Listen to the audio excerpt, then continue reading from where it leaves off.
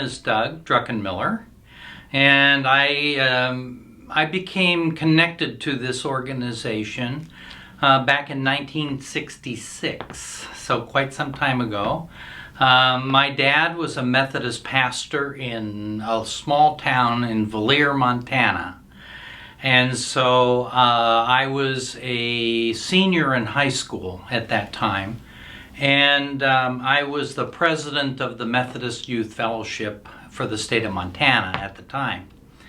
And that summer, the Ecumenical Institute came out and they did a pastor's school with all of the pastors in the Methodist pastors in the state of Montana.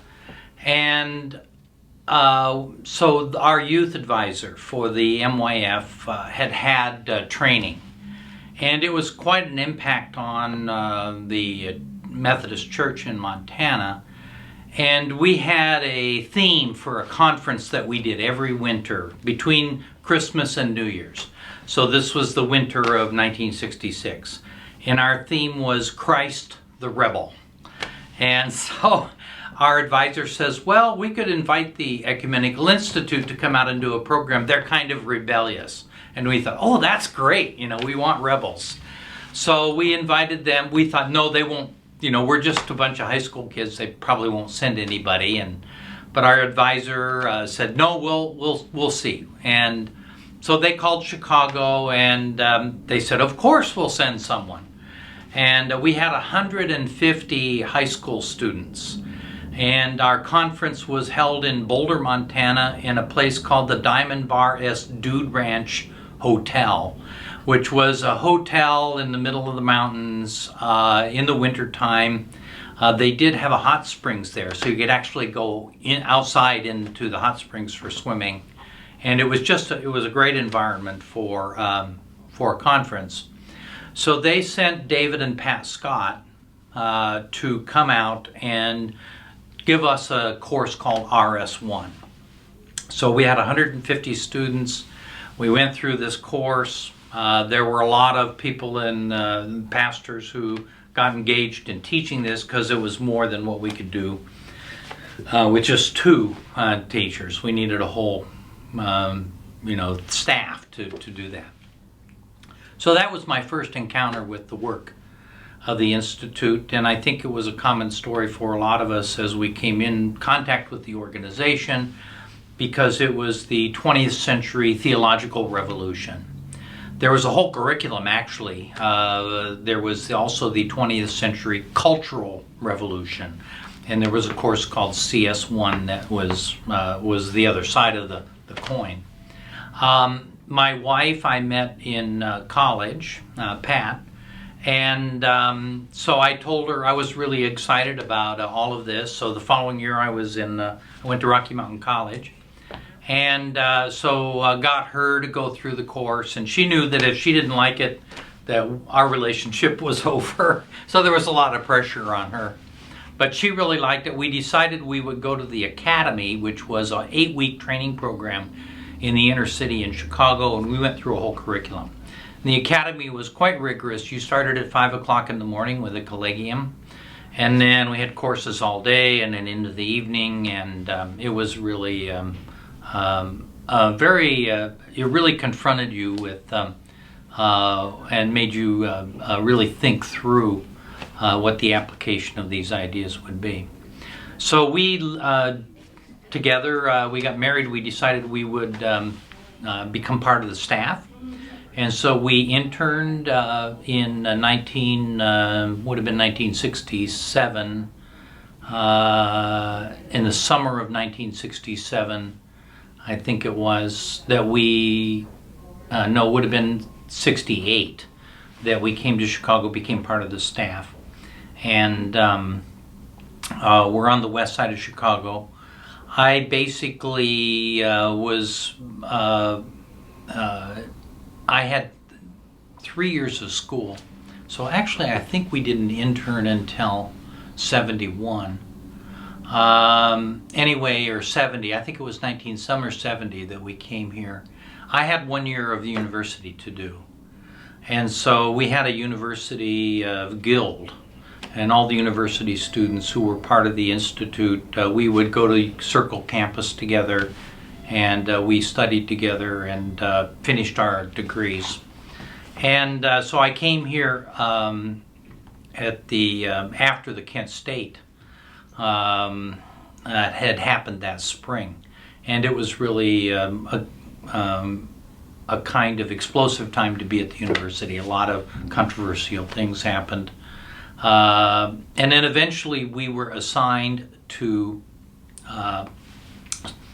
be part of the human development projects around the world, the 24 human development projects, and our assignment was to go to Taiwan and start that part of that time zone. So we were to locate a project. So we did site selection. We were to secure the staff for the project, to do the training of the staff, to raise the funding for the project, to secure permission from a village, and to secure government permission to do that. So the first year we were there, we did site selection, and I, by motorbike and taxi and bus and train, visited nearly every village we could. I was partnered with an old Chinese army colonel who fought the Japanese in World War II, and then who fought the communists during the communist uprising after World War II. And his name was Peter Hu. And Peter, you know, we would go out and I would say, well, what are we going to do for breakfast this morning, Peter? And he'd say, oh, don't worry about that. Soldiers can eat anything, you know. And so it was really he was an amazing mentor in terms of getting around.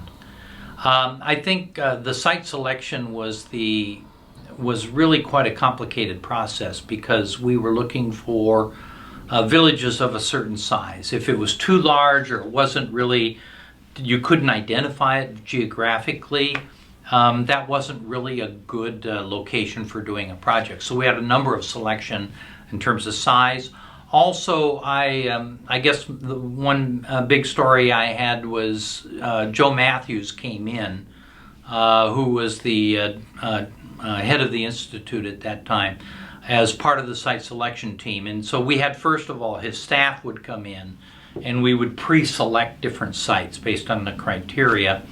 And then finally Joe would come in, and we would take him around to all of the different places we had pre-selected to look at.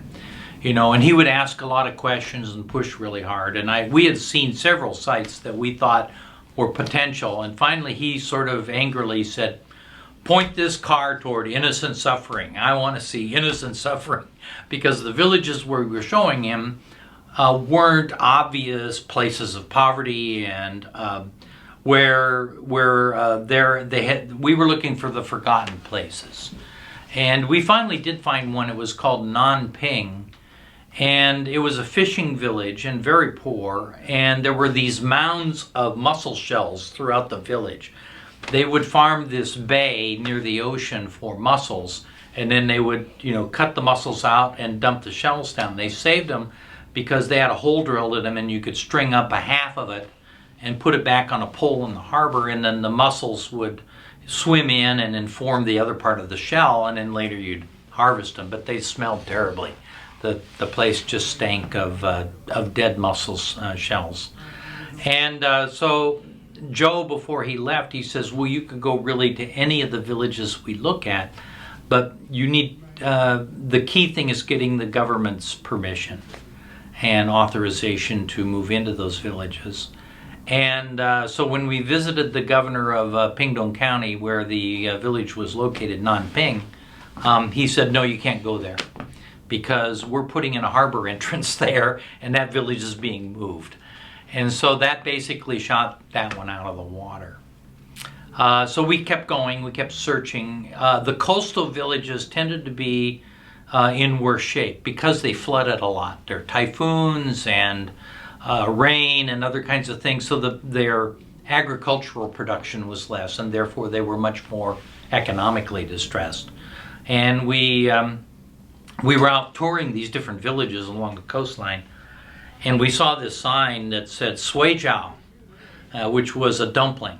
And it was lunchtime, we were hungry, and there was a restaurant. So we followed the signs, and we ended up out on the coast, and we found this little sui jiao restaurant. And so we sat down, we ordered them. You get them like about 100 of them on a big platter, and you dip them in soy sauce and vinegar and sesame oil. And then after lunch, we started looking around and saying, wow, this is an interesting little village here. And so we went and did a walk through the village. It was exactly the right size. It was a poor village because they were mainly rice farmers, but they only got one crop of rice a year instead of the normal two because it would flood, particularly during the monsoon season. And so the more we looked at this village, the more we thought, wow, this has a real possibility. It was also a selected site by the government for development. And there was a beach there. It was a black sand beach, which is really hard on your feet. And they had a big statue of a seagull there, 30-foot tall seagull, which is visible on Google Earth. You can actually see the shadow of it. And so we went back to the governor of Pingdong County, and we said, well, we'd like to we're looking at this. Oh, that's a perfect village. You know, we've been trying to get something to happen there, and nothing's happened. They had a shopping center there, but it was empty, you know, just a bunch of empty buildings, which was a good place for a consult. And so we went back and started talking with the villagers about the potential of a project. And we had a staff member, Chunian, who was a Taiwanese staff. And so we had a village with a conversation, had a village meeting, and started talking to them about doing a village project. And you learn a lot of things that you shouldn't have done. And this was one of those situations. Chunian asked them, if somebody gave you $1 million, what would you do with it? And he was trying to elicit what the village's vision of the future might be in terms of possibility. But what went off in all of their heads was Americans, money. They're going to give us $1 million. And so, you know, they had all these ideas and everything. Well, when we did the consult and we moved into the village and we didn't bring $1 million with it, there was a lot of questions that came up.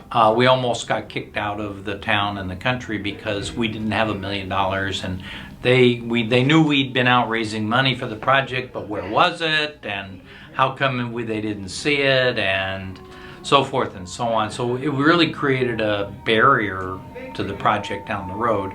We managed to get past that to answer people's questions.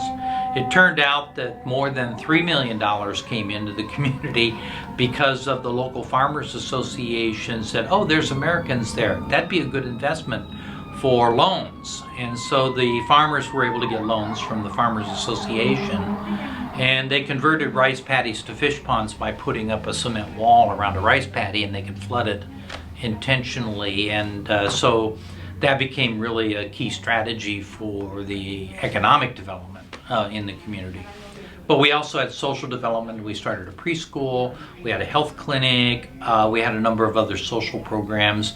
We actually, as part of our social program, we got farmers from Hi-O to go to a project in the Philippines as consultants. So that took a lot of work and strategizing in terms of you couldn't get permission for local farmers to travel outside of the country. That was a politically sensitive situation. So we had many other experiences in the ICA. It really impacted our lives. We went back to Hi-O in 2014. My son was only 3 years old when we were there. And everybody remembers my son. So when we showed everybody pictures of his graduation photograph. They said, oh, Deng Ka Fu. They knew him. And, oh, you're Deng Ka Fu Baba, Deng Ka Fu Mama. You know, they recognized who we were then. And people were they're very proud of that time. They became quite wealthy, actually.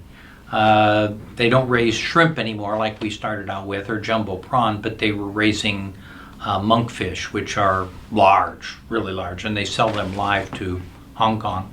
And the village story, it really was a kind of miracle what happened there over a very short period of time.